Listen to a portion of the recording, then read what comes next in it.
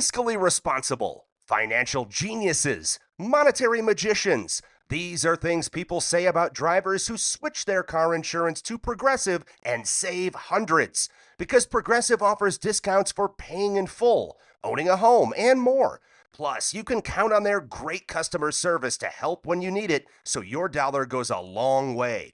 Visit Progressive.com to see if you could save on car insurance. Progressive Casualty Insurance Company and Affiliates. Potential savings will vary. Not available in all states or situations.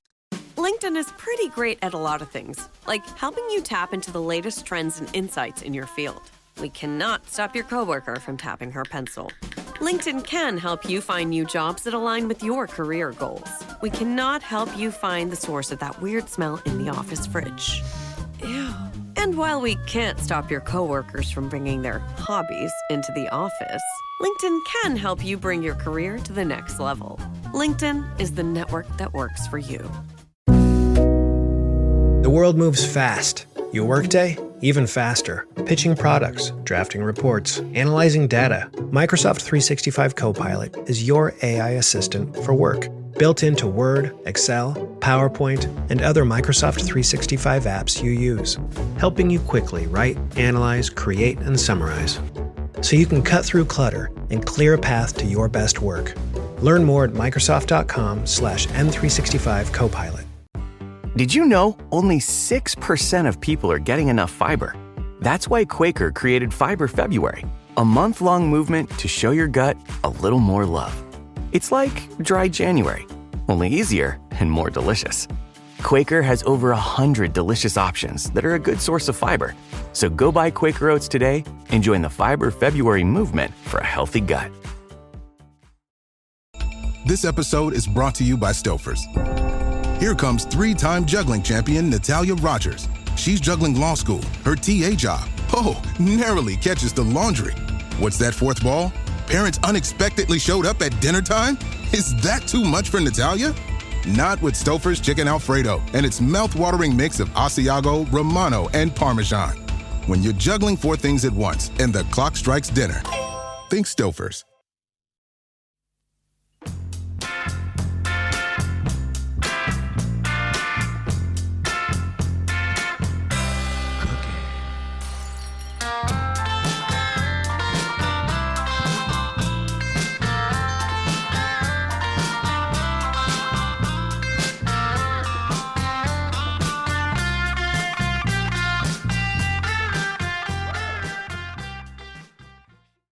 Hey everybody, it's Weird Islanders, the podcast, back once again. My name is Dan. That is Mike. How are you doing this evening, Mike? I'm doing pretty well. We're recording this right after the Olympics have ended, so we're right at the top of the stretch for the Islanders as they make a playoff push. And our guest today is the team that he covers, also going to be making a playoff push, and so it's a fun time. I think to be a hockey fan. It's a fun time to be a Weird Islander fan because we've got a really good one coming our way, and it's a timely one at that, which is not something we do. We're able to like kind of get done all that often. Maybe once a year we're able to like line it up, and boy did we line this one up in a big way.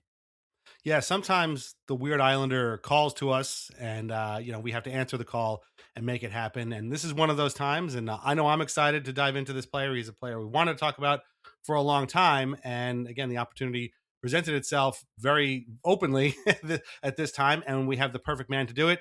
He's a returning guest. He is our man in Nashville covering all things Predators for the Tennessean. And he's just an all-around great guy. And his name is Alex Daugherty. Alex, how are you doing this evening? Oh, I'm great. I'm really happy to be back here. I think the last time I was here, we talked about JP Dumont. That was pretty fun. Right. Yeah. I'm very excited about today's show. I love this podcast. I love you guys, and really looking forward to it.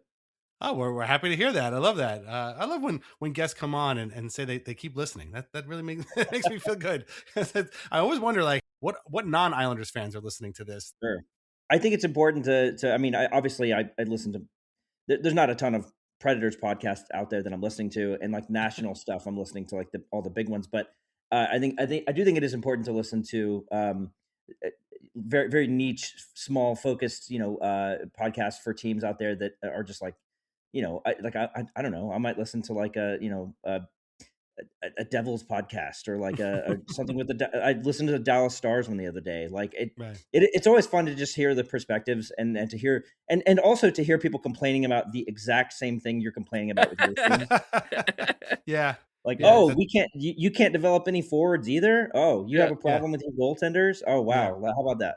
How streaming network or streaming companies are doing bundles is we should just start bundling together these podcasts of amateur fans complaining to be like, oh Exactly. yeah, our power play has sucked for years bundle. Right. It's us, Right. us and the Flyers, and Right. Yeah. You think Right. you have a bad fourth line? Take a look at our fourth line. Yeah, right. Yeah. I know. I'm sure the Islanders aren't the only team with the rotating sixth defenseman spot that has been annoying us all season long.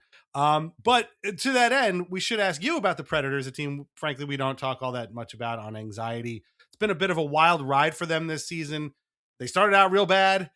Then they got real good when Steven Stamkos remembered that he was Steven Stamkos. I guess it must have been a very selective form of amnesia that he has been going through for the last year and a half. He remembered, wait a minute, I'm really good at this. And he started scoring goals again. As of right now, like Mike said, they are in a playoff hunt. We'll see where the rest of the season takes them. But one guy who won't be around that much longer in Nashville is our good friend Barry Trotz. And he kind of shocked the world by saying he was going to be stepping down as GM when a successor was found. How did that news find you? Were you as shocked as we were? Did you hear any inklings about this at all? And what's sort of been the reaction down there? Are people like, wait, what? Or are they like, good riddance? This hasn't really been all that great. No, everyone was very shocked. I did not see this coming, at least not now. You never knew exactly how long it was going to last for Barry in town. And not because of the performance necessarily, just because, he has had some occasional health issues. I know he's got some family issues going on as well. And some people asked, was he going to be interested in going back into coaching? I never thought that was a possibility. I think he was done with coaching when he was finally done with coaching. That he was never going to go back to that. I was pretty shocked. Yeah. And now come to find out, when he came here in 2023 to be the GM, he told them, kind of, this will be a one contract thing, which was like a 4-year deal, I guess. And then sometime this summer, he brought it up again and said, beyond 26, 27, I'm not sure what's going to happen. And then sometime over the course of this season, the new ownership, which is, for those that don't know, the Predators recently have a new majority owner in former Tennessee Governor Bill Haslam. They started having conversations saying, if you're not going to be here beyond the next year, maybe we should go ahead and start the transition. And so that's what they're doing now. A lot of it makes sense. We'll never know exactly what those conversations were like. You have to think at some point there was a conversation that was like, Barry, you've done some good things. We love you here. We will never not love you here. Right. But we do feel like maybe there's a new direction we could go because some of these moves are not working out. That's just me speculating. I don't know exactly what those conversations were like, but I know for sure that no one in that building wants any kind of bad light for Barry Trotz. Like everyone loves him, right? I mean, you guys know about that. And oh yeah, no one wants Barry's last season's either as a GM or an executive or whatever to be poor. They want it to be, they don't want it to be Joe Montana on the Chiefs. They want it to be, they want it to be solid. They want it to be remembered. So it's like, this is a way to kind of soften the blow, right? Because he has made some pretty poor decisions. I mean, like there's no way around it. Like some of the things that he's done have just really set the Predators back. They're going to have to go through a pretty hard reset here. I'm not exactly sure what that's going to look like. I feel like maybe you can make it work where you can reload fairly quickly, like something like what the Anaheim Ducks have done or what the Sharks have done, and have been able to reload and get some good young guys in there quickly. But it's going to be a hard couple of years, I think, ahead. It sounds very familiar because when Barry left the island, it wasn't like hey, Barry Trotz has been fired by the Islanders. It was basically, hey, like you're going into the last year of your contract. Lou Lamoriello has a very set policy about not having lame duck coaches, and are you going to be here beyond this year? And him basically saying, I don't know, because as you said, like he's got a lot of personal stuff to attend to, and I think both parties decided that it was probably best for the relationship to kind of just end in that regard. And as with you guys, like his name will always be held in such high regard here. Right. Yeah. When that news came over that Barry would be stepping down, I'm not going to lie, I did think for a moment, he's coming back. It's happening. He's coming back. Finally, we can do this again. Get the band back together again, but probably not going to happen. He was asked about that during the season a lot, and he was always.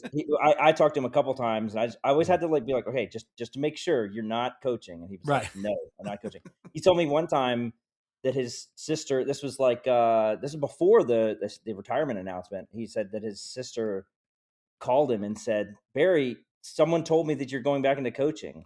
Like his sister called him, told him this, and was like as if it was news that he didn't know, Right. And he was like, no, that's not happening. I'm not going back into coaching. Well, if he does go back into coaching, I hope he comes back to coaching the Islanders, because I want to see that again. But of course, we will always love Barry here. He gets a huge ovation every time he comes here. So unfortunately, he's not going to get any more because they're done with their season series. But hopefully he'll grab coffee with Anders Lee one of these days, and somebody will see them out and about in Garden City once again. But we're here to talk about a very different version of Barry Trotz and a very different iteration of the Nashville Predators. Not quite their inaugural years, but their early years when they first started to kind of make waves and make the playoffs. And one of the players that was a very important player for them happened to be a guy who spent the first few games of his career with the Islanders, didn't show a whole lot, and then went to Nashville and all of a sudden became like the linchpin of the bottom six of a playoff team. And it's kind of crazy. And so, Alex Daugherty, will you please reveal the subject of tonight's episode of Weird Islanders, the podcast? We are going to talk about Vladimir Orszagh. Right. Right wing for the Nashville Predators, New York Islanders, and eventually St. Louis Blues. And if you've heard that name before, it might be because you were watching some Olympic hockey. We'll get to that in a little bit. First, reminder that we are on Patreon at patreon.com/IslandersAnxiety. Membership gets you ad-free episodes, bonus podcasts, written posts, chats with us, and a whole lot more. You can try a 7-day trial of our Country Club tier or join for free to get our weekly release calendar. Sign up any way you can, patreon.com/IslandersAnxiety. Okay, Alex, before we get to the Vladimir Orszagh situation and all of this, take us back to the early days of the Nashville Predators. It was 1998, 97?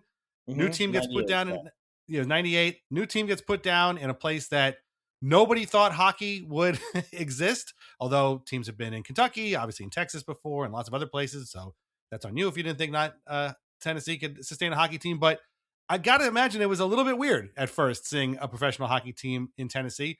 What was like the fan sort of culture like?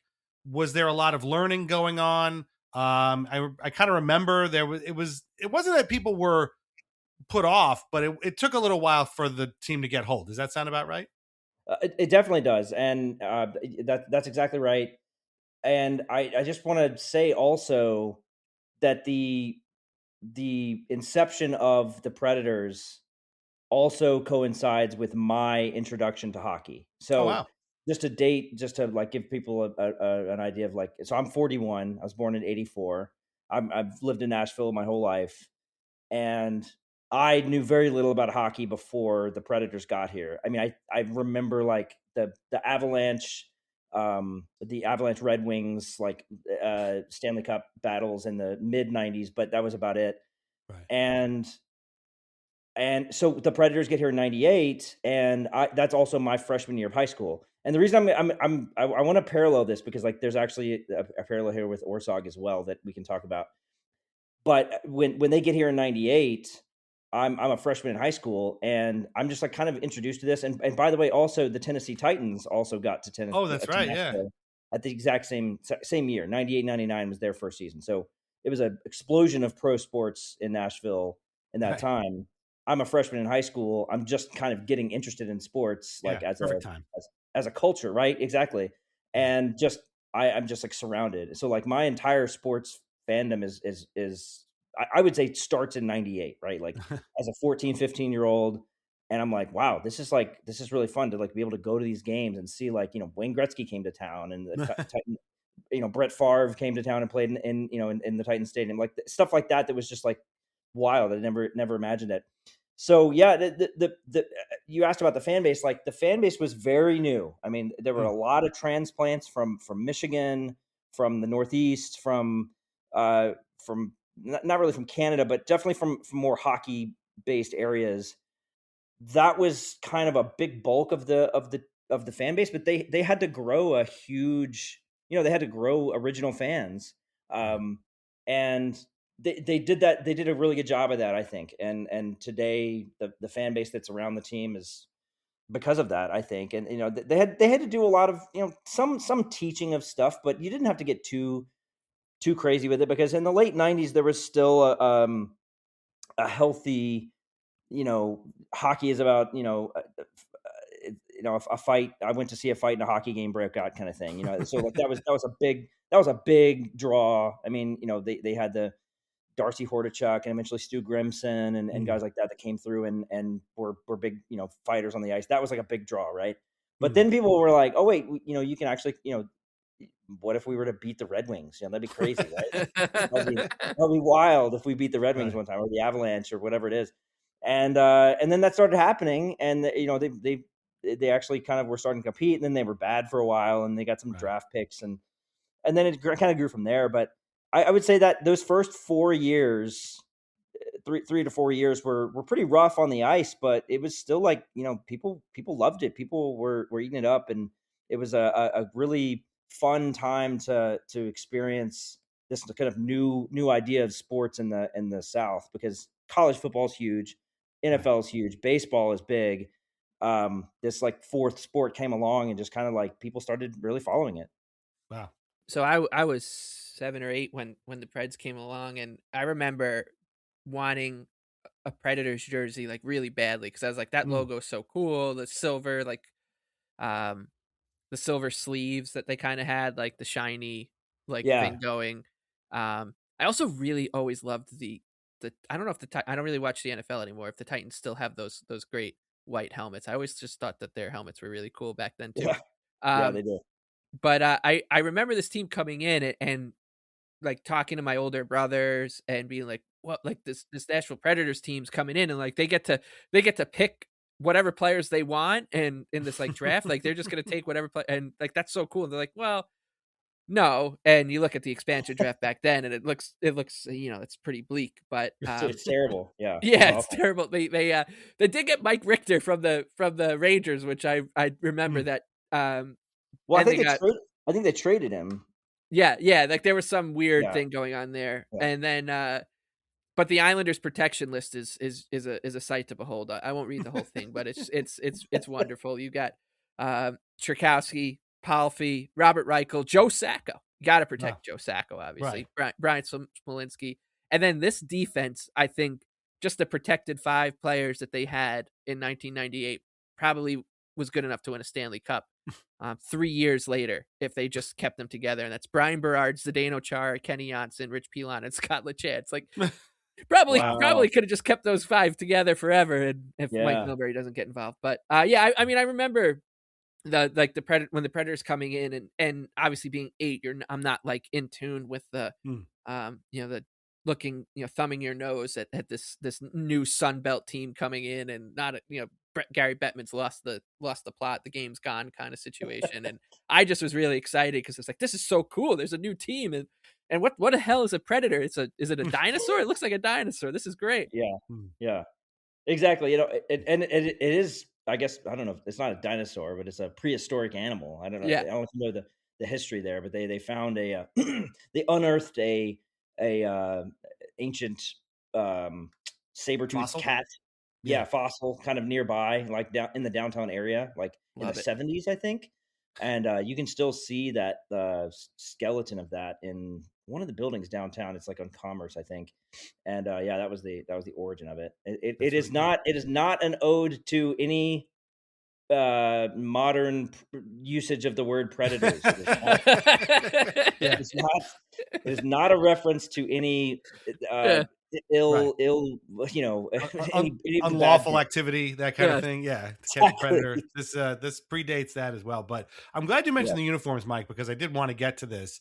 I love these. I was in going back to the video of Vladimir Orszagh, I completely forgot about these uniforms that we're going to talk about at some point. But this was the blue gold with the silver, shoulder pads. It was kind of, at first it was a little off-putting because it's a little garish. I mean, for like a hockey, jersey, like there wasn't a whole lot of silver being used. But I found these jerseys super unique, and I just love the kind of blue era, blue silver, blue gold era of the Predators, and they've kind of gotten totally away from that now. It's predominantly yellow now. Is there like a fan, like what's the fan feeling towards these uniforms and the colors they use? Is there like a push to go back to the blue? Huge push. I mean, people are not a fan of the I would say oh gosh, after 2010 or so, they really started pushing the gold. And so then now you have the all gold at home, and then you have the sort of white and gold on the road. People want the navy blue back. They want the navy blue, the silver, and they like the old school Smilodon. That's what people call it, the logo. Yeah. Smilodon, yeah. The silver is interesting because I think that for a while people got away from using that kind of that chromy kind of silver look. Yeah. But then I feel like the Vegas Golden Knights use that. Yes. They have that. And then I want to say Seattle has some silverish in there, and it seems like it's coming back. So like this would be a time to bring it back, I think. Right. Well, the Kings have those chrome helmets and stuff like that. Oh so yeah, the Kings. Yeah, exactly. Yeah. Yeah.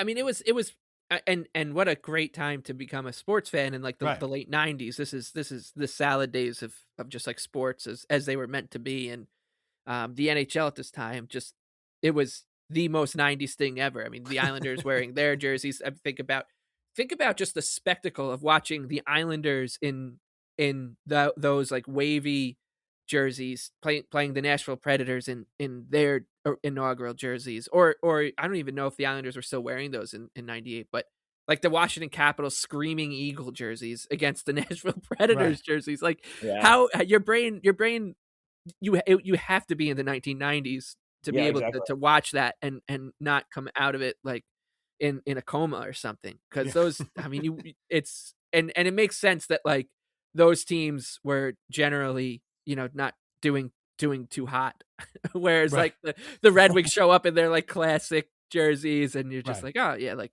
they look like they belong in a professional sports league. The New York Islanders do not. So I was going to say that one of the few established teams that did not benefit from the expansion era when the Predators and Wild and Blue Jackets and Atlanta Thrashers all showed up. The one team that didn't benefit from that at all were the Islanders. Yeah, they're like, we probably should make an expansion draft for them too. Like, does anybody want to give the Islanders some players? They're running out of them. Which of these teams just started playing? Oh, it's those guys? Really? Wow, that's surprising. I couldn't tell from the game. I was at the Thrashers' first ever game at Nassau Coliseum, which they won 2-0. It was their first shutout, first win on the road. Wait, the Thrashers won 2-0 in their first. The Thrashers won 2-2. They won 2-0. Their first game at Nassau Coliseum. One of the worst games I've ever seen in my entire life. It was horrible. It was like the Predators' first game was a 3-0 shutout to the Florida Panthers. They won. I was at that. No, the Panthers won 3-0. Predators got shut out. Yeah, it was. I was at that game. That was October 10th, 1998. That was the first game. That's amazing. My first real exposure to professional hockey. And I don't even remember caring that they lost. I just was like, this is so cool. I mean, little did I know that there was a lot more losing to come. But I was like, oh, they'll get it next time. Like, no, they were pretty bad that year. But I was gonna say like the Navy thing. Like, are there? Am I blanking here? Are there a lot of other teams that even have like primary Navy in their jersey, like in their home color jersey? I'm not thinking a whole lot. Technically, the Rangers wear navy blue and the Islanders wear royal blue, but the Predators wore like a dark blue, much more closer to like what the Blue Jackets are wearing now. Yes, exactly. Yes, right. I'm on record for having said that there are too many teams wearing the same colors in the NHL. There's too many blue teams, even though I root for one of them. At least their blue is a little bit unique. There's too many teams wearing black. Enough already. I hated that the Kings got rid of their purple that they used to wear. Like I wanted the Utah team to go to purple. It was like the precedent set by the Jazz. That would have been really cool. They chose to just steal the uniform design from the Hurricanes and the colors from the Winnipeg Jets and just call it a new team. And I'm like, really, this is the best you could do, guys? Seriously? So, it's a little disappointing, but these jerseys, I don't know, for some reason, are still so unique to me. I really miss them. I will. I'll also let you know that I have I collect ticket stubs, just from just as a collector, and I have a Predators inaugural game ticket from October 10th, 1998 against the Florida Panthers, and it's a beautiful ticket because it's like folded. It's like it's like a little booklet, like you'd read to your 3-year-old kid, and it like pops out, like the Predator pops out of it. Does it have the seat and section and everything on there? I believe so. And I don't have the actual physical copy. Okay. I'm looking at my eBay thing. I bought it in July of 2021. And and this Predator guy he's like chasing what looks to be a hockey puck on whatever Nashville's version of the CN Tower is. It's a beautiful ticket. I also have a puck from that game too. Just like a That's whatever. Sick. That's yeah. Awesome. I was at that game, so maybe that's my ticket. I don't know. Yeah, it could be. I wish I could see the seat name and stuff on it, but it's beautiful. The Nashville Arena it was called back then, and wow. It would not be. It's not Gaylord Arena yet. It's not Bridgestone. It's not any of the things. It was the Nashville Arena. Then it was the Gaylord Entertainment Center, and then it was the Sommet Center. I don't even know what Sommet is. I don't remember that. and then Bridgestone's been pretty steady throughout. Right. So that's good. The fine folks at FOCO are having a buy two get one free sale on T-shirts all through March. They have dozens of styles for the Islanders and just about any other team you could think of. Go to foco.com or use the link in the podcast description to browse the store, then use the code ANXIETY241. That's anxiety, the number 2, FOR, then the number 1 to take advantage. The offer ends March 31st, so don't wait. That is FOCO, FOCO.com. VintageIceHockey.com. Over 100 classic hockey logos on t-shirts, jerseys, hats, mugs, and more. Long Island Ducks, Albany Riverettes, Danbury Trashers, Kentucky Thoroughblades, and so many more. Plus a full line of Islanders Anxiety merch with our portion of the sales going directly to the Center for Dementia Research. These incredible items cannot be found in stores, so shop VintageIceHockey.com today. Relax, sit back, and enjoy wine from The Pinot Project. Rosé, Pinot Grigio, or a Pinot Noir that was named a Best Buy by Wine Enthusiast magazine. These wines are delicious, affordable, and available at area wine shops and at UBS Arena. Learn more at thepinotproject.com, and please drink responsibly. As you said, this was an exciting time. I mean, I can't imagine what it's like. You're in high school and all of a sudden somebody drops a professional hockey team or any team in your lap. It must be hugely exciting. And, the fan base, again, it grew over time. But like you said, wins very much in short supply at this time. Yeah. Meanwhile, on Long Island, wins are also in short supply, as had been going on for quite some time. The team is pretty lousy. And into this team comes a young right winger from Slovakia, from Branska Bystrica. We'll get back to that in a little bit. Named Vladimir Orszagh. He's drafted in the 5th round in 1995. This is the worst possible time you could be drafted by the Islanders because they were going to be very bad for a very long time after this. And he spends a lot of time in the minors. He plays in with Utah in the IHL. He plays with Lowell of the AHL, puts up okay numbers. He's not a big scorer. He's not a huge guy, but he's kind of a heady player. In 130 games played for Utah, 25 goals and 50 points. In 123 games for Lowell, 26 goals, 60 points. So, about a half a point a game and getting there. Gets called up to the Islanders. And again, this is the worst possible thing that could have happened to a player at this time, is getting called up to these New York Islanders. This was Butch Goring's New York Islanders. This was in 97 to 2000.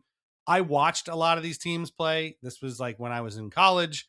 I've talked a lot about the student discount promotions they ran, where me and my buddy Gio would go to a game for about $12, get a seat in the 300s. There was nobody in the 2 sections below us. So eventually maybe a kind usher would be like, why don't you guys come down? You can come down, sit down here. So we would go down there, watch games. It was cheaper than going to a movie. And they lost a ton of games in this era. And Vladimir Orszagh was one of these guys. Mike, I know you were super young at this point. Do you have any memories of Vladimir Orszagh, New York Islander, at all? Yeah, I remember the name. Okay. For sure. Like it was just it's just a very like getting introduced to the Islanders. Sure. This is probably like my second or third year of like just like starting to understand what's going on. And when you're the Yankees were really good at this time, obviously. Yes. the 90s, and the Yankees all had names like Tino Martinez and Bernie Williams and Derek Jeter and Paul O'Neill. Paul O'Neill, right. And like I loved those Yankees, loved them. And as I was starting to unfortunately fall in love with the Islanders, I'm like, man, all these guys have amazing names. There's Ziggy Palffy, and then there's Vladimir Orszagh and Zdeno Chara, and just kind of go down the list. And I'm like, so I'd be lying if I said I can remember Vladimir Orszagh, skating down the right wing and being like, wow, this guy can play. But I do remember just the name being like, that's really cool that the Islanders have all these guys that have these crazy names like Vladimir Orszagh or Zygmunt Palffy and Brian Smolinski. Right. So that's my kind of like until a couple of weeks ago, like my whenever I heard the name or saw the name, I'd be like, yeah, I remember him. And the first thing that kind of pops into my mind is me as a kid being like, I loved that name. Well, I love the name. I'm older than you. I watched this guy play, and I don't remember any games he had for the Islanders. They only played 34 of them over the course of 3 seasons. 34 games played, 3 goals, 2 assists, 5 points. This is a funny thing because, and I've seen this a few times in doing research for this show, in that, YouTube has so many clips of so many different things. And yet there's like a dead zone of early 2000s NHL action that is completely nowhere to be found anywhere on YouTube. And that includes Vladimir Orszagh. I found 2 articles about goals he scored for the Islanders, two of his 3 goals, but video evidence does not exist for these goals. Fortunately, they do for the Predators, so we'll get back to a little bit. But he scored in a 4-2 loss to the Habs. The Islanders were 2-9-1 at home in this weird streak, which again gives you an indication of how bad they were. Later on that season, he beat Glenn Healy in a 2-1 loss to the Maple Leafs, in which, can you believe it, Darcy Tucker severely injured somebody. I know, crazy, right? That never happened to Darcy Tucker back then. But that's what he did. And so I remember him a little bit as a player, but not really. Again, a lot of guys kind of came in and out. I remember like being kind of excited for him and playing in the minors. I have my Islanders Game Time magazines that I helped write when I was an intern for them. And he's like the one prospect that doesn't get written about. I mean, guys like Warren Looning and Marcel Cousineau and Mike Watt all get written up. Orszagh did not. And I don't know why. This was a Mike Milbury-led team. As we all know, Mike and the Europeans don't really mesh all that well. I'm not sure what command of English he had at that point, to be honest with you. But for whatever reason, didn't work out for Vladimir Orszagh with the Islanders. Again, just 34 games played, 3 goals. Alex, I'm assuming as a young man at this time, you have no memories of pre-Nashville Vladimir Orszagh. We're going to get to Nashville and Vladimir Orszagh in a few minutes, but had you ever heard of this guy before he came to the Predators? Definitely not. No, and it wasn't until his sort of emergence in Nashville that I even knew about this guy for sure. No, I was not. When I was in high school in 1998, I was not looking up hockey prospects. Right. And watching the 5th round of the NHL draft. Yeah, exactly. Orszagh sadly didn't have the stats to even get your attention. Like if you were playing like, NHL 98 or whatever on your Sega Saturn, and you'd be like, who the hell is this guy? You wouldn't even play. So no, I totally understand. He did have the name though. That's what I like. The funny thing about it is like, whenever you hear a name like that, like whenever someone's last name is Kozlov, I'm like, he's going to be the best player ever. Right. Like you just, these guys who just have these kind of names, you're just like, well, he's Vladimir Orszagh. The name is too good for this guy not to be a 1,000 gamer up there, like, Sergei Fedorov type. But I guess it just that was a swing and a miss from me as an 8-year-old to assume that if a guy comes in with a name and he's got like the little accent marks over some of his letters coming from the Eastern European or Right. coming from Eastern Europe. You're just like, well, this guy's going to be awesome. He's got Yeah. one of those things, and Yeah. I doesn't mean, always work out like that. no, and like had this happened now, I would have been excited to have Ziggy Palfy have like a Slovakian countryman and Chara. Oh man, they're getting all these guys from Slovakia. This is great. We did not have like access to this information back then, really. But so yeah, his time with the Islanders was mostly spent in the minors. Came and went, had a few games up here, scored a few goals, and that was about it. And frankly, they could have had. There is no amount of help coming for Vladimir Orszagh or any of these Islanders teams because they were absolutely terrible. I felt I'm glad I watched those teams because they were so cheap, and I feel like a kindred spirit with those teams. But boy, they were bad, and Butch Goring didn't really deserve that either. However, in May 2001, Vladimir Orszagh resurfaces elsewhere in the NHL, signing with the fourth-year Nashville Predators. And this is where the story takes a turn that I don't think anybody could have seen coming, let alone maybe even Vladimir Orszagh. That first year with the Predators, he has 15 goals for them, which is a really good amount for a struggling team that isn't really known for offense. 79 games, 15 goals, 21 assists, 36 points. He was a minus 15, but that's okay. The 2001-2002 Predators did not make the playoffs, but this is where I think the team probably started to change, right, Alex? I mean, you got Cliff Ronning now, Scott Hartnell, Kimmo Timonen.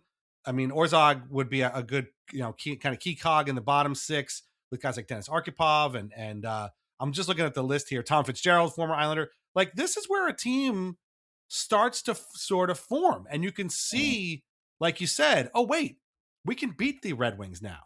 We can beat some teams here and get some wins. And all of a sudden, that fan excitement that was kind of like, hey, this is new, all of a sudden becomes like, oh man, I'm into these guys now. Like, they can win games, and this is exciting. Exactly. And I think the most important thing for people to understand about that particular year and this player, like if you're gonna distill down how to understand Vladimir Orszagh as the Nashville Predator, is I think he is part of the first line that I can remember as like a consistent, like, this is the first time that I even like had concept of like, oh, there's a line in hockey that's like, it's the same three guys that play together every time. Because at that time you had Greg Johnson was kind of like your top guy with David Legwand, the top pick, being kind of like he's still young. He was like 21. And like, you had a host of guys, like you said, Cliff Ronning, and the Scott Hartnell was kind of up and down and all this stuff. But there's this one line that has Denis Arkhipov as the center. It has Vladimir Orszagh, and it has Martin Erat. And so this is an important line because they called it the Vowel Line. So A, O, and E. Right. And that was like the first time. This was coined by, I have to give credit to Pete Weber, the longtime broadcaster of the Nashville Predators, longtime hockey broadcaster, and a legendary figure in Nashville hockey history. He coined that term, the Vowel Line, A, O, and E. So, but that's the first time that I even had concept of like, oh, there's like, you could have just like this line. In that day, we didn't have like someone tweeting out the forward lines. Right, it was not a concept of that. It was just like who's on the ice right now. I don't, we barely knew, like that there were three forwards and two defensemen. I mean, like that was kind of like, we at least knew that, but like we didn't know that like, oh, there's a second line and a third line and a first line and all this stuff. So like that line in particular, and Arkhipov was a big part of that. So Denis Arkhipov, similarly to Orszagh, had like this crazy 3-year run with the Nashville Predators where he was like this like big rangy center, and you had Vladimir Orszagh on the right, and you had Martin Erat, who was a young winger who ended up having a great career with the Predators. So that was the first time I'd ever seen that, and I want to say they were probably like the second line. They were like the consistent second line. They were good at offensive draws. I think they were pretty offensively skilled, not like crazy or anything, but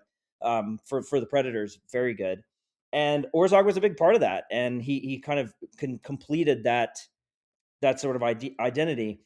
The other thing I'll say is it was the first time that I really was like kind of aware and I'm putting this through the frame of like me as a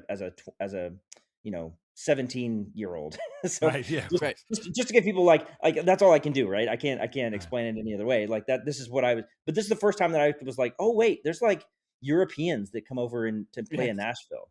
Like they're all European line, right? Like this is, we had Greg Johnson, pretty waspy name, but like we this is the first time that we'd ever seen like, oh, there's a Russian and there's a Czech guy and there's a Slovakian.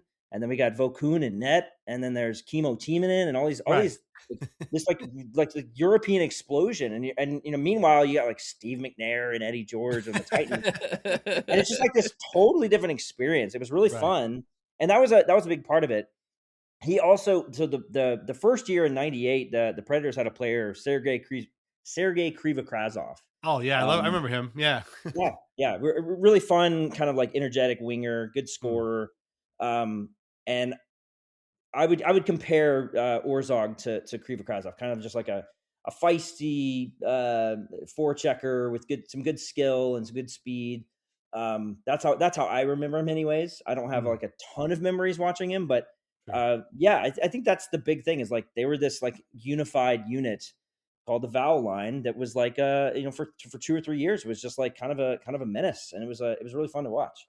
I remember that line well. Actually, I'm glad you brought that up. I forgot that they had a name, but I do remember that line really because in the ESPN2 like NHL Tonight era, they got a lot of run on those like highlight packages and things. Yeah, definitely. And I it's hard to, you don't want to overstate it, but like I just do remember them being like a constant presence, right? And that was an important thing. I also have a quick story about my high school experience with hockey, and this is a very embarrassing thing that I did, and it's very stupid, but why not reveal it on the Weird Islanders podcast? So in 2001, this is Orzagh's first year. I worked at a grocery store, so I had a job in high school to pay for gas money and stuff. Right. And I was just driving at the time. So I just turned 16, and I was like, I had a car, but I worked at this grocery store, and I got tickets and I pulled up the date because I remember when this happened. It was October 11th, 2001. So a month after 9/11, which is crazy. But I for some reason, I got tickets to this game, and it was against the Calgary Flames. It was on a Thursday, and I had to work. So I worked at this grocery store, and I think my shift was like 4 to 9 or something. It was like some late evening shift. But it was one of those. I worked in this department where like if I was like I stocked the shelves, right? So it was kind of those things where like if you got your work done, like they didn't really mind if you left early. Like it was kind of like okay. Yeah. So I got there like right on the dot at 4. And I just like booked it. I did all my work. I stocked all the shelves as quickly as I could, and I just like left. And I went to, I left and went downtown and got there right as the game is going on. Now, that was not without consequence. My boss found out that I left that early, and he was not happy. But I mean, you had tickets. What are you gonna do? I know exactly. But he didn't understand. He was like, "We have a hockey team." He didn't know. He didn't even understand.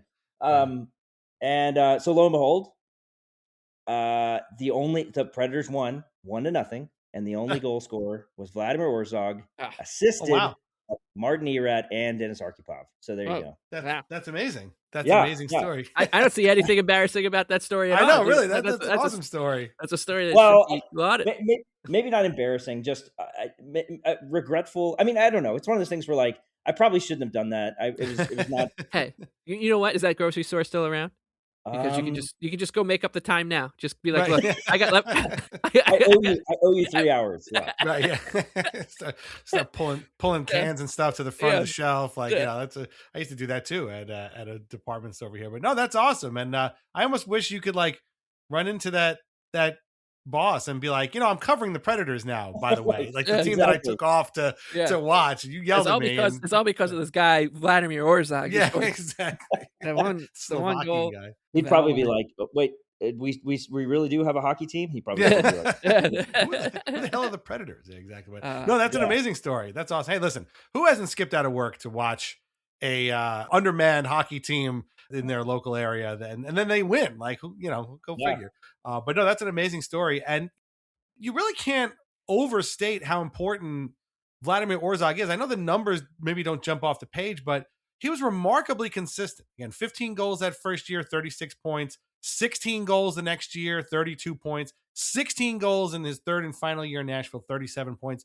That's an amazing, consistent production from a guy. And again, we love Barry Trotz, but this is very much a Barry Trotz team in which defense is the first, the prime directive, the secondary directive, and the tertiary directive. There is no other directive. And so goals were not easy for these Predators to come by. And here comes this guy who you never heard of. Nobody else has ever heard of. I don't know. I would love to find out why they even signed him, because surely his numbers on Long Island did not scream, hey, sign me to a contract as a free agent. But they did, and it worked out. And again, the chemistry he had with Arkhipov and Erat was great. We'll get to Erat again probably towards the end of the show, because we have to mention, when you mention him, you have to mention the trade that forced him out of Nashville, which we'll talk about at some point. But I was just shocked. And I remember, this was, now, Mike, this is more your era, 2001, 2002. We've talked about, it was kind of like a big season for you as an Islanders fan.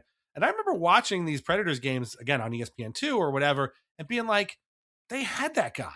What happened? Why is he doing this for them? And of course, I blame Mike Milbury, because why wouldn't you blame Mike Milbury? But, he's getting 16 minutes a night. He's averaging 16, 17 minutes a night for the Predators. Maybe that's it. But maybe it's playing with a couple of guys he felt comfortable with, as opposed to whoever he was playing with the Islanders. But did you have any, I mean, I know he barely registered at all as a player, just a name, but like, did you remember having any kind of regretful feelings about Vladimir Orszagh as the one who got away as you were watching teams in this era?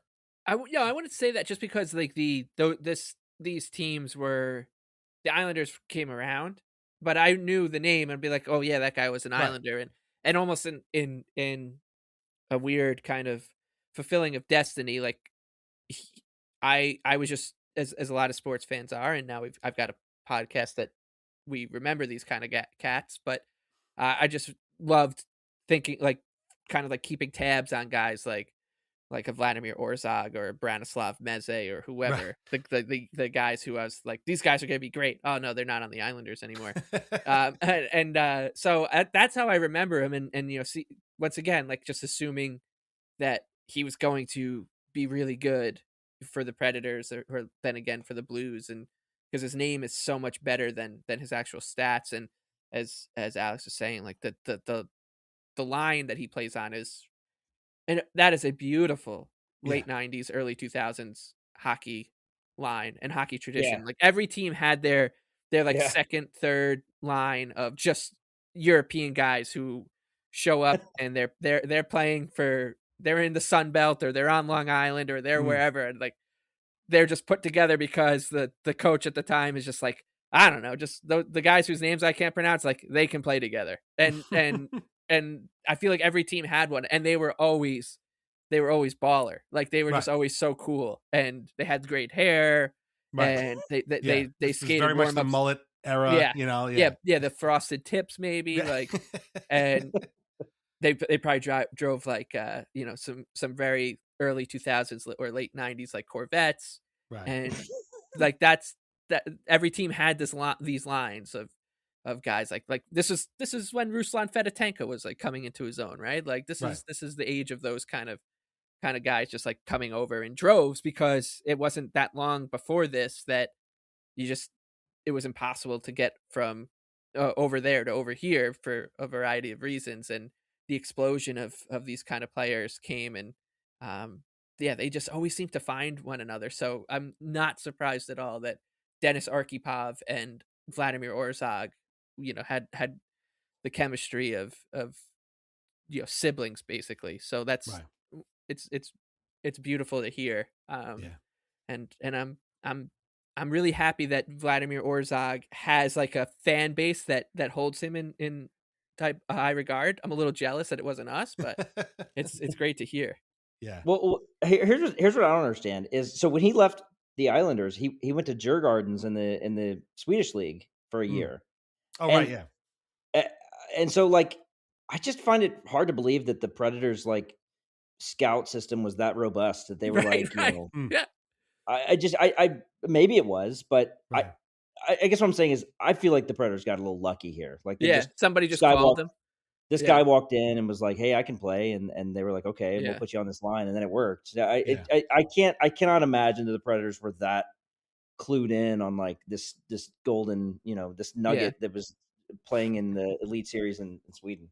Right. Yeah, Yeah. like- no, thanks for pointing that out. I completely forgot about that. But yeah, he spent His a year. agent probably was just like, "Hey, by the way, like my guy's having a great season over here." Right. And he won't cost anything. Right. but even still, like, he has this kind of not a great experience with North American hockey, goes to Europe and still wants to give it another shot. Maybe that was it too. Maybe he told his agent, like, hey, let's give it one more shot and see what happens. And he was like, yeah, I found a place for you. But in any event, that going to Nashville was the best thing for him, obviously, because again, he had a couple of really good seasons. Refreshing wild cherry cola meets smooth cream. The treat you deserve. Pepsi Wild Cherry and Cream. Treat yourself. If you're chasing data down instead of seeing it in one place, you need the Intuit ERP.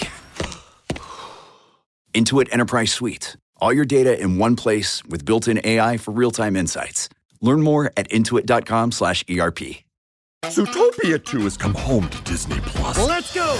Get ready for a new case. We're the greatest partners of all time! New friends. Gary the Snake. And your last name? The Snake. Dream Team. Get new habitats. Zootopia has a secret reptile population. You can watch the record-breaking phenomenon at home. Zootopia 2, now available on Disney+, rated PG. And right now you can get Disney Plus and Hulu for just $4.99 a month for 3 months with a special limited time offer. Ends March 24th. After 3 months, plan auto renews at $12.99 a month. Terms apply. This episode is brought to you by Beneful. Mornings are when the grind starts. Stretches, immaculate. Cardio, crushed it. Territory, marked. Sorry, geraniums. The dog routine is on point, but it can get a little wolf. That's why I fuel up with high-protein Beneful freshly prepared meals. I'm eating clean with real meat and veggies, served fresh from the pantry. Kick boring in the bowl with Beneful freshly prepared meals. Visit Purina.com/Beneful to shop now. In that third season, 2003-2004, plays a full 82 games, scores 16 goals, 21 assists, 37 points. And this is a huge year for the Predators because this is where they make their first ever playoff appearance. And who shows up for them? Now, they lost to the Red Wings, who, of course, were like, basically one of the best teams in the league at this point.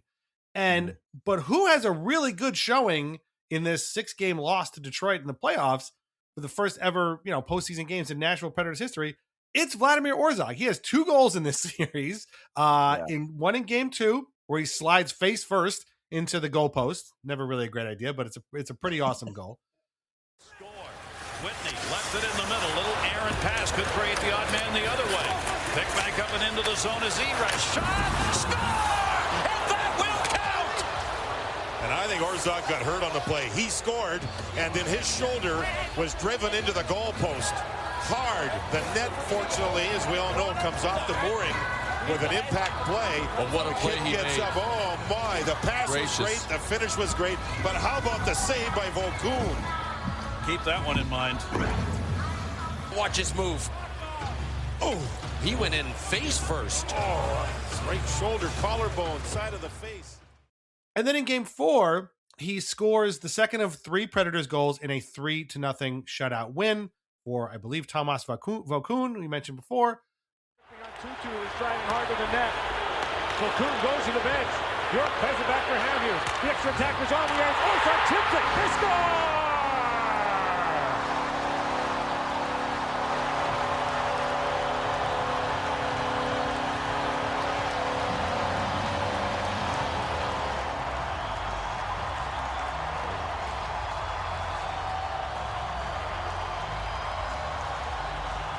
Jordan Tutu's an energy guy, and this is what energy will bring you. Jordan Tutu through the neutral zone, driving hard. Eiserman and Schneider put him down, then Schneider whacked him in the back of the leg. Tutu says, I'm not going to be discouraged. I'm going to go to the traffic area, waiting for a puck. Quick deflection, active stick, batting it through. Oh, man. I think Orszagh might have gotten that one, Gord. And it is Orszagh. What a play, though. Wow. I don't know if I remember watching this series, specifically, but I do remember this time. I remember like there was a point where the series was tied and it was, oh my God, the Predators are going to do this. They're going to dethrone the Red Wings. They eventually would, years later, but this was like a super exciting. I don't know if like we keep saying it over and over again, but like this really was a great time to be a hockey fan because there was just so much excitement. It was always on ESPN. This was when John Buccigross wasn't the grating, just really cringy, kind of presence that he sort of is now. He was like the NHL Tonight guy. It was him and Ray Ferraro doing the highlights, and it was awesome. And like this was when you still had teams in kind of weird places doing cool stuff. And I was all in on these guys. I thought this was really, really cool. And again, I was a little bit bummed that Vladimir Orszagh was doing this for somebody else and not the Islanders. But they were, like Mike said, they were good at this time. But what was that like? I mean, I'm sure it was very exciting, obviously, but like, was there a thought that, wow, this is going to be, they're going to win around here? Or was it just like, we're just happy to be in the playoffs and not be, losing 6-0 to some no-name team on a Thursday night? Yeah, no, it was pretty thrilling. Like I remember that playoff series pretty well, actually. So the game 3 in Nashville was on Easter Sunday. It was like April, in April and Easter. I remember watching it. This was not the game that Orszagh scored in, but it was the game to make it 2-1. Because of course the first 2 games were in Detroit. And I remember that was the first ever playoff game that the Predators had ever won. They were finally in the playoffs. They won. It was crazy. And then that was more of a, wow, we won a playoff game. That's so cool. We'll see what happens. But then when they won the second game and they shut them out 3-0, and like you said, Orszagh scores, and of course Vokun in net, and he was crazy good. And like that was the point where you're like, whoa. could this just like strangely happen? Like how could this possibly happen? Of course it didn't. Detroit was just they won the Stanley Cup that year, I'm pretty sure, right? That was that was the Lightning, Tampa Bay Lightning. Tampa, yeah. 2004, it was Lightning, yeah. They had won it in 2002, so they were just 2 years from winning. That's right, yeah. So right, so that was a pretty special time. I think it was like it was a good learning experience for everyone to see, like, here's how tough it is to actually win in the playoffs. Like, you can have these 2 incredible performances and then still lose 4 games and it's over. But that was so at this point, just while we're tracking the history of Alex here while we're doing this, I was in college at this point and was watching these from afar, and I went to college in the South as well, and no one's watching hockey. This was not a. I think the Masters was on or something. It was like it wasn't even football. It was like something else. Wow. Baseball was ready to get started, and I was like, the Predators are tied 2-2 with the Red Wings. Can you believe it? And they're like, yeah, well, that's pretty cool. We'll see how that goes. I think it was a formative moment, and then obviously after that the league shuts down and all that stuff, and you lose a lot of momentum after that. But I remember just being thrilled. It was so much fun, and you hardly forget that it was just a 6-game loss in the first round, and it was a lot of fun. Great moment for Predators fans, I think. Yeah, those the playoffs back then were just so much fun. Yeah, you get the first, like, the 7:00 start on ESPN for us in Eastern time, and then the Sharks and like the Stars would play at 10:30, and it just that first round when ESPN was ESPN was just the best. And I remember watching this team, and the Islanders were in the playoffs at the time too this season, losing to the Lightning in round 1 as the 8th seed in the East, and with Rick DiPietro in goal, and but this Predators lineup from 03-04 is chock full of weird Islanders and just Islanders to come. Mark Eaton, for one, stalwart for you guys that season. Yeah. Marek Shidlichky, who will come up again at the end of the show, was on that team and was really good. Right. And Wyatt Smith, one of my favorites ever.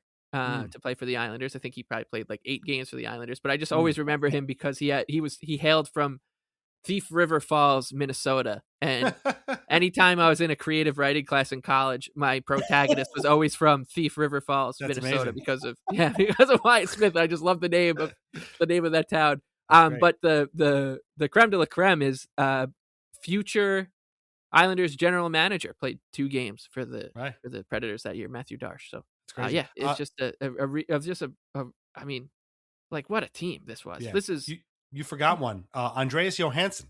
Andreas Johansson also, too. I was like, wait a minute, I forgot he was still in the league. Look at this, like, it's just it. And Tomas Vokoun played 73 games for the Predators that season. It's just it's so fun to look at a team like this and be like, this team made the playoffs. Like this team made the playoffs, and they took 2 games off the Red Wings in a best of 7. That's why the sport is so great. Like that you can get to the playoffs with your leading scorer being Scott Walker. Was there? Yes, Scott. I was going to say Scott Walker.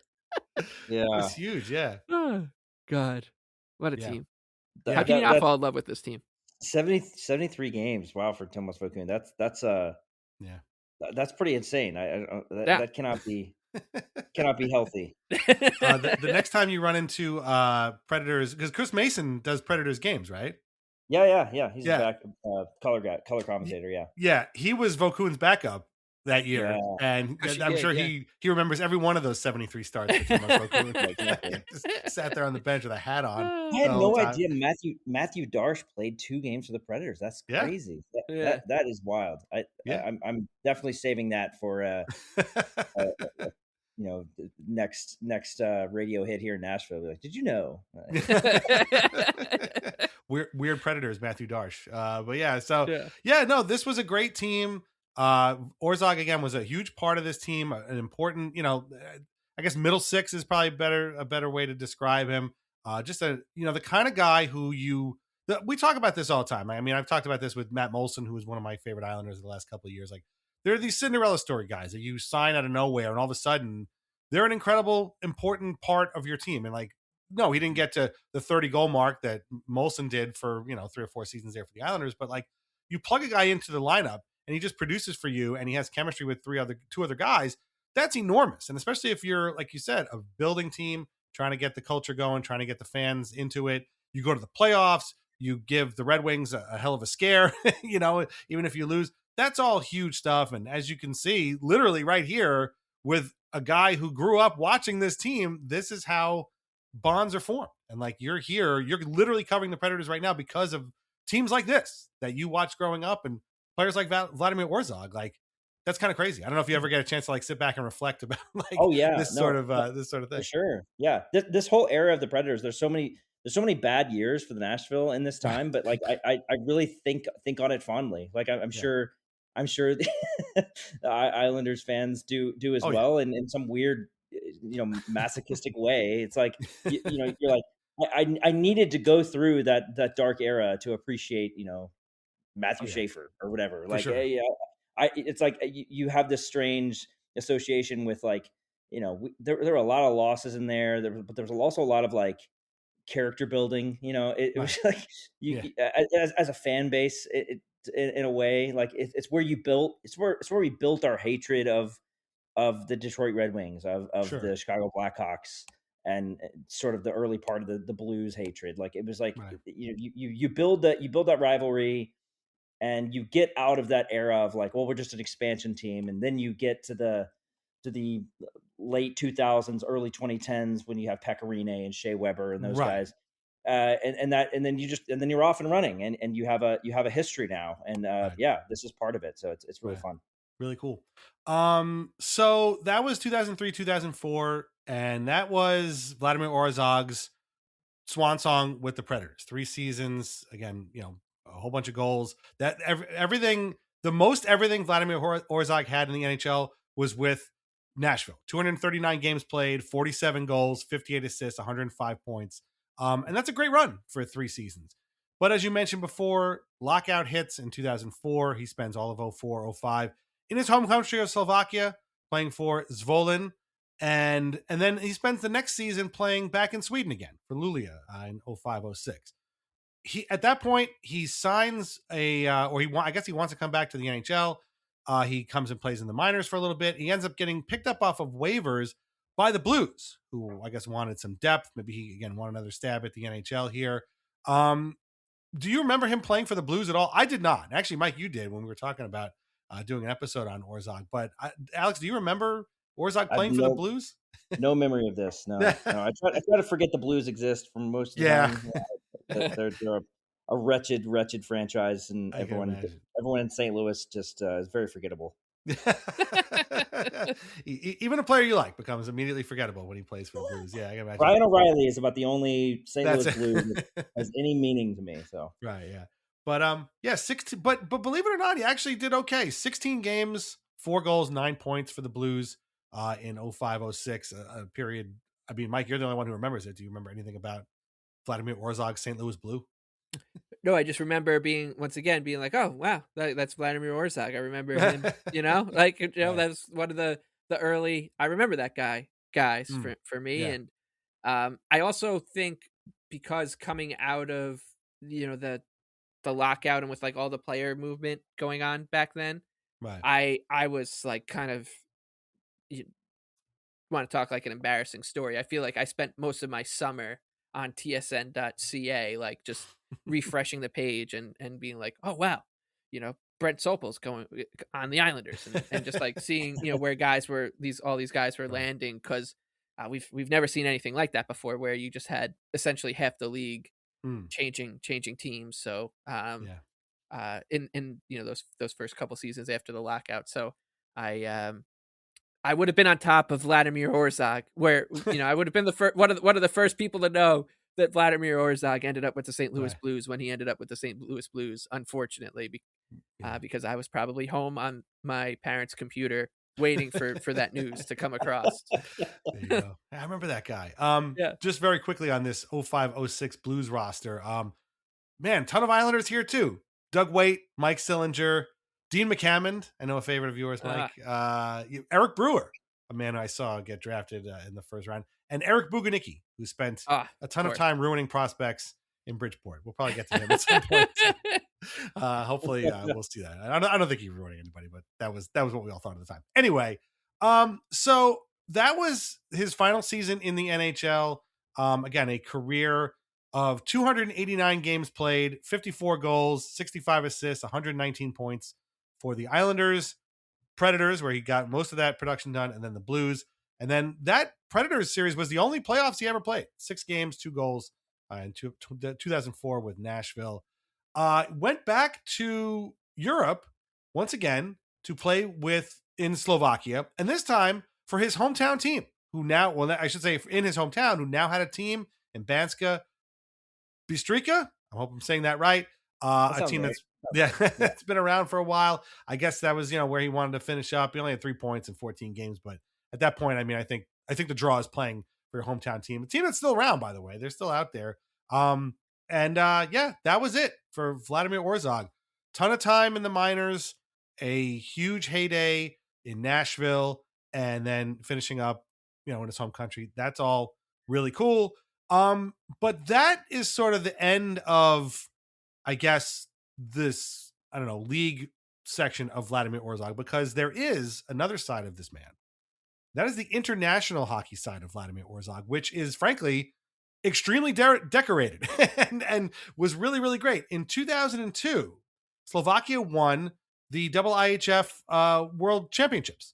And this team has a documentary about it on YouTube that I found out about this.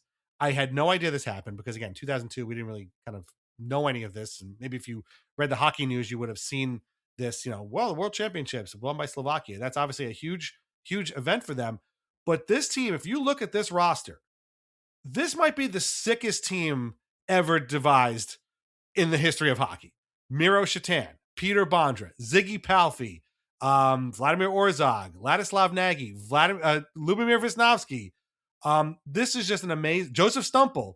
This is an unbelievable team, and I feel like I have been robbed all these years of not knowing about these guys. I highly recommend checking out the video here of this 2002 Slovakian team.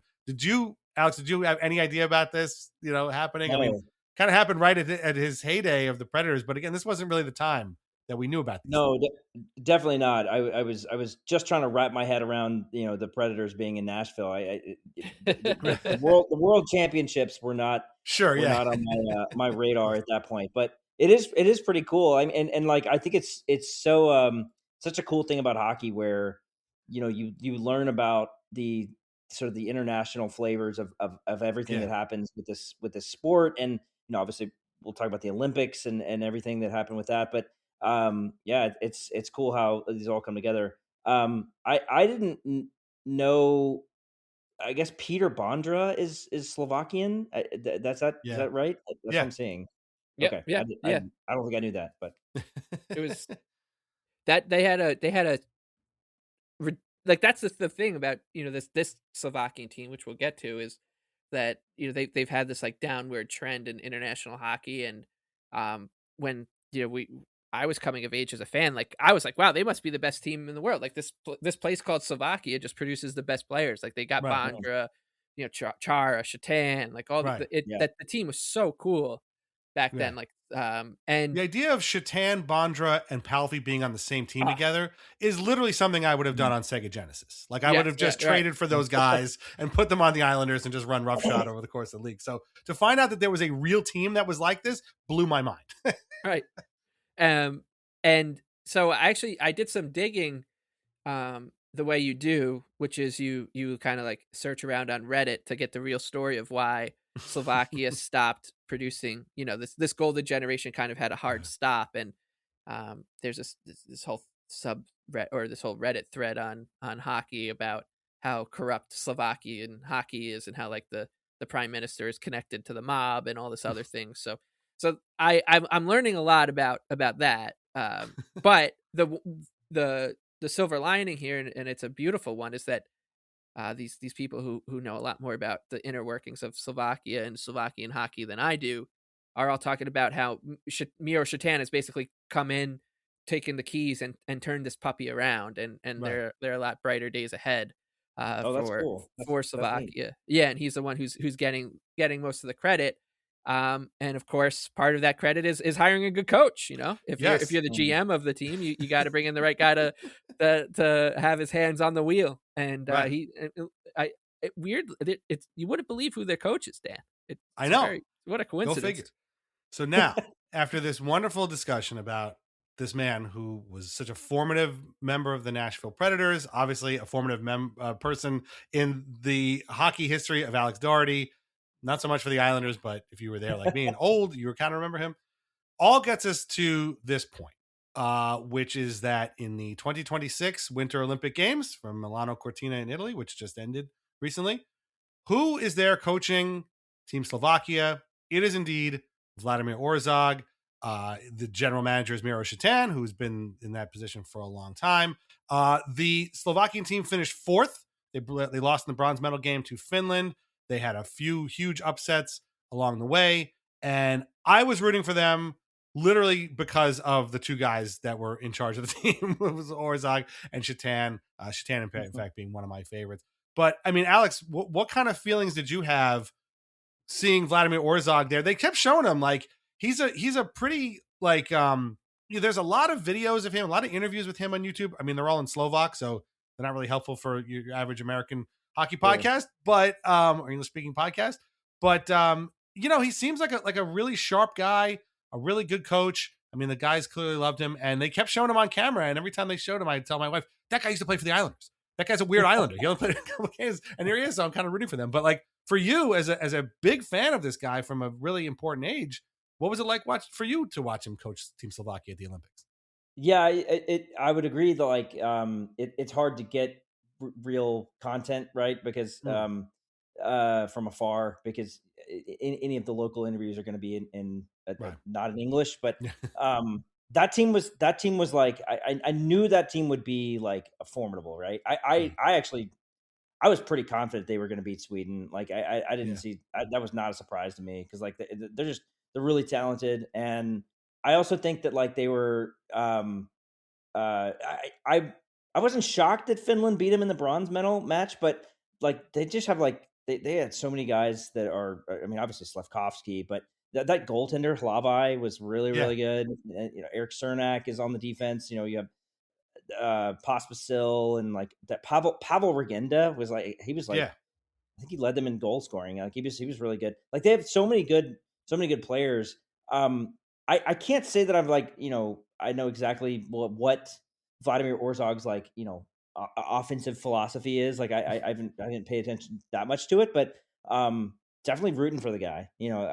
I'm consider me a fan of Slovakian international hockey, and I will be rooting them on from here on out.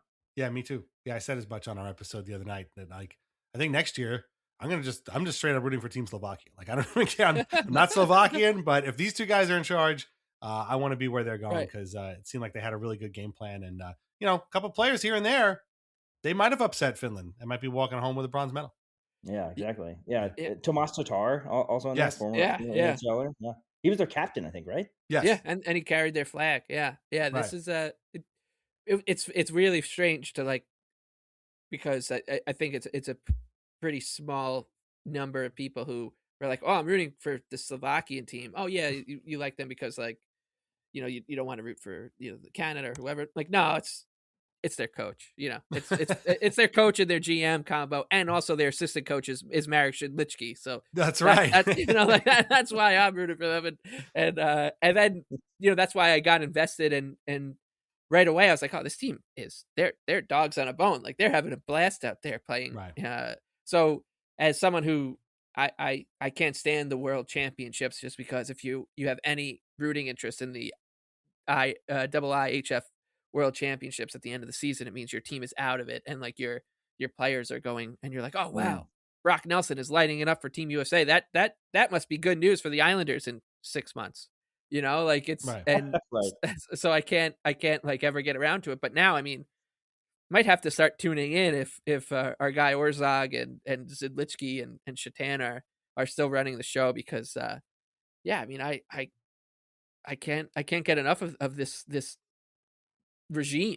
What a great regime and to see Miro Shatan like become this kind of I don't know. I loved Miro as an Islander. He's such a cool player and so smooth and fun. And I met him a couple of times and he couldn't have been nicer. But I felt like his reputation for the Sabres years and Islanders years was kind of like he didn't show up every night kind of guy, which I thought was unfair.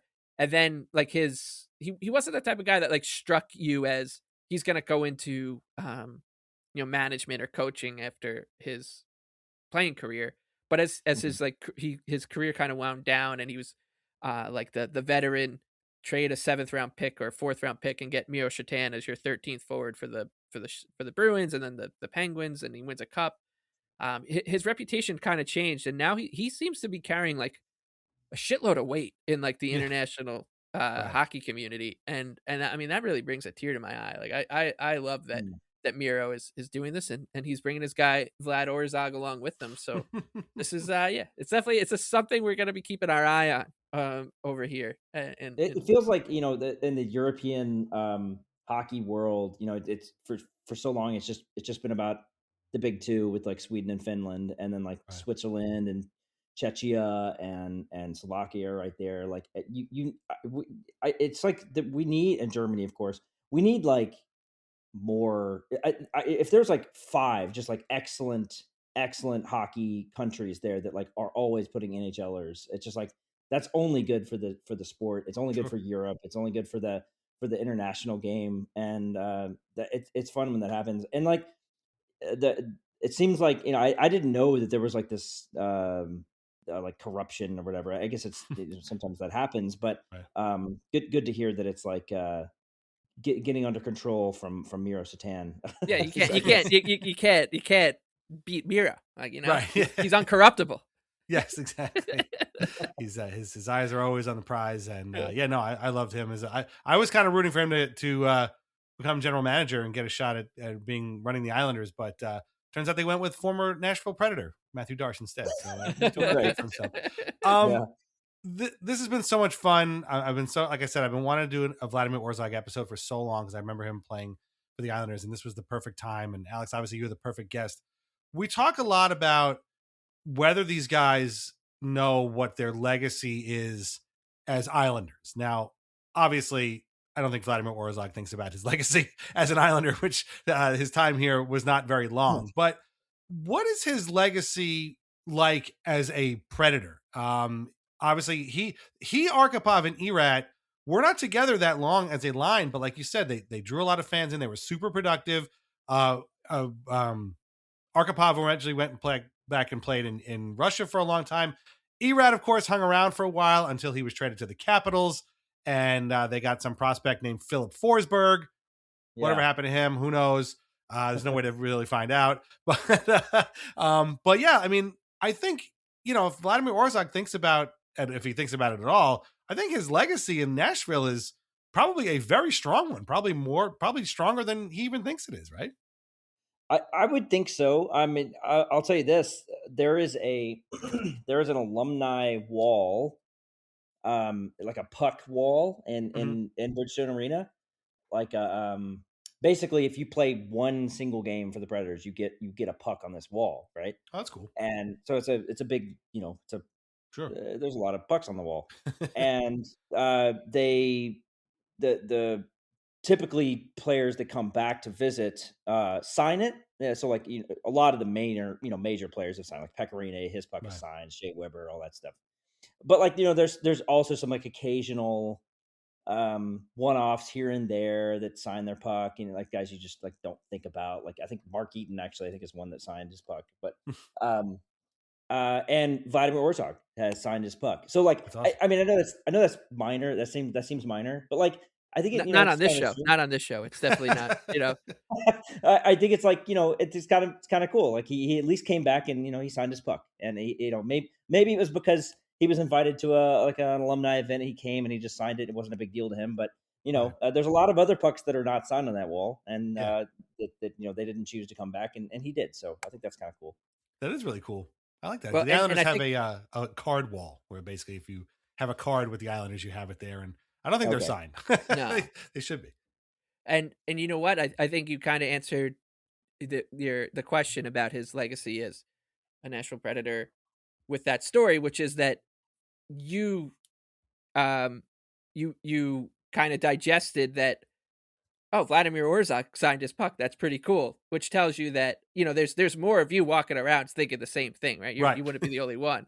So I think that's kind of the answer to the question, which is that if there's somebody out there who noticed and thought that Vladimir Orszagh coming back signing his Predators alumni puck is a nice touch, probably means he had a bigger impact than people would think when you say like, oh yeah, Vladimir Orszagh to them, like, oh yeah, for sure.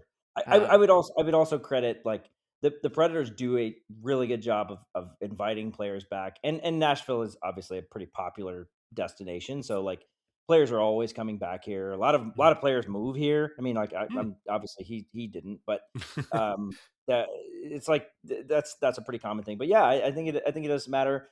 I mean, if you have a career like his where you are in the NHL briefly, don't really get anything, then you get a second chance, right? And then you come back and it just like goes so well. That has to be a lasting memory. And like that's every hockey player wants to play in the NHL, and if they can do it and have sustained success for 3 years, it's got to have some meaning. Yeah, I mean, again, that was his heyday in the NHL, and I'm sure he has great memories for it. And came back and he signed that puck. That's really awesome. I tell you right now, I would love to see him at an Islanders alumni night. I don't think it's going to happen. So I think the alumni section of the Predators games are the best we're going to get for Vladimir Orszagh and his fans like us. But Alex, this has been great. You're, again, our man in Nashville. You do everything for the Predators. It's great. I always read your stuff. We will get you on again. I got to send you our list, and you could just go through it and you give us the guys who jumped out at you. But this has been fantastic. I hope you've had a lot of fun. Oh, this is great. This is like my favorite podcast to be on. I love it. Awesome. You guys are great. Awesome. Love to hear it. Become a member at patreon.com/Islanders Anxiety for commercial-free episodes, bonus shows, written post chats, the whole thing. Get our weekly release calendar for free, or try a 7-day free trial of our Country Club tier. Our theme song is Knuckles by Bjorn Falk. Listen to more of his music on Bandcamp and on Spotify. Read Lighthouse Hockey every single day for your most up-to-date Islanders news and discussion. And read Alex Daugherty every single day in the Tennessean for your most up-to-date Predators news. Islanders Anxiety Podcast are part of the Fans First Sports Network. Find us everywhere you get your podcasts and on YouTube. Please leave us a review where you can. Shop VintageIceHockey.com. Try wines from the Pinot Project. Mike, any final thoughts on Vladimir Orszagh, the early days of the Nashville Predators, teams wearing silver and blue in their jerseys, or anything else that we've discussed here tonight? Slovakian hockey, perhaps?